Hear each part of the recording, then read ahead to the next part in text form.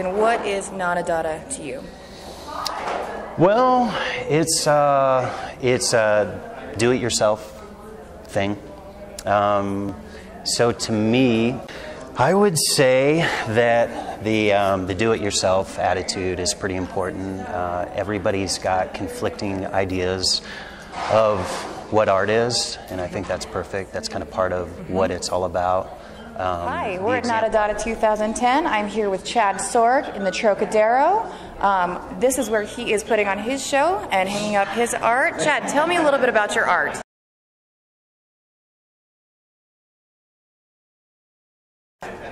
My art, these days, doing video. It's going to be on the screen over there.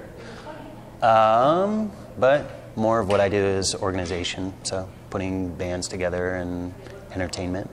Kids were painting here earlier. Awesome. Yeah. Wonderful. How long have you been with Nada Dada?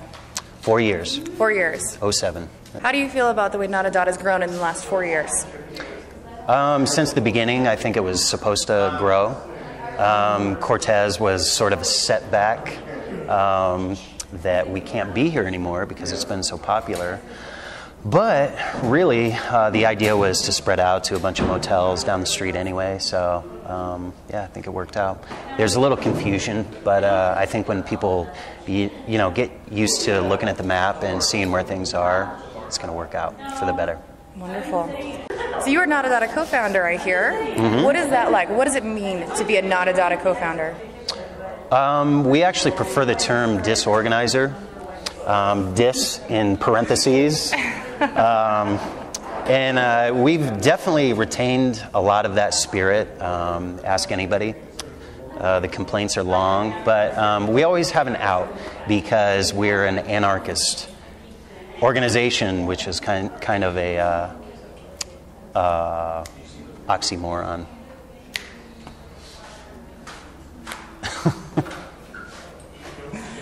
How do you see Nada Dada growing in the next 10 years? Well, for one thing, we're going to move to different cities. I think we're going to Hollywood next, New York City, and then, hold on a second, what's a good town? I have to think of a funny town to say. Then we're going to French Lick, Indiana. French Lick, Indiana. French Lick, Indiana, just in case you were wondering, Brian. More specifically, last question. The example I like to use, from the first year, there's a photographer, his name's Dean Burton, first or second year. And the way he does his setup is like a gallery. Everything's clean. He takes everything off the walls. So he's got this spotless presentation. I mean, he, you know, cleaned the walls, the whole thing. The next room over, it looked like a stoner's basement. There were like glass bongs and dragon paintings and stuff. So personally, I like that kind of contrast. Let me say that again. Personally, I like that kind of contrast. Personally, he likes that kind of contrast. Personally, I like that kind of contrast. Say it again. Really? Yes. Ask him what he hopes to see for Nada Dada. Personally, I like that kind of contrast. What do you hope to see for Nada Dada? Well,